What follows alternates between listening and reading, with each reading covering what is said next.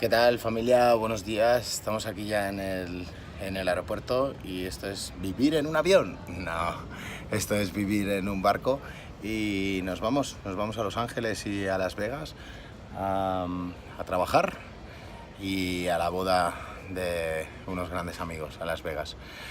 Así que, bueno, esta semana los vídeos serán desde América, desde Estados Unidos, desde los United States of America, y veremos a ver qué tal está el día, porque hoy son las elecciones allí y veremos si ya no continúa este tipejo de presidente o algo cambia. A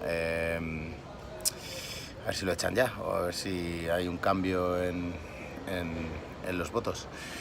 Estar muy atentos porque dentro de poco empezaremos ya a montar este gran proyecto, es vivir en un barco.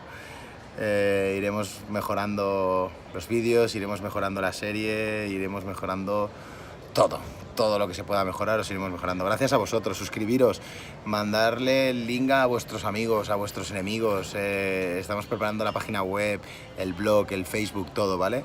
Esta semana tendremos ahí a Bernat y a Don Ricard que seguirán dándole caña al proyecto y seguirán dándole forma, mientras nosotros vamos a asegurarnos trabajito para tener platica, para poder hacer el gran proyecto que tenemos en el California. Así que, chicos, muchas gracias a todos por las muestras de apoyo, gracias por seguir el Instagram, gracias por seguirlo todo y un besazo muy fuerte.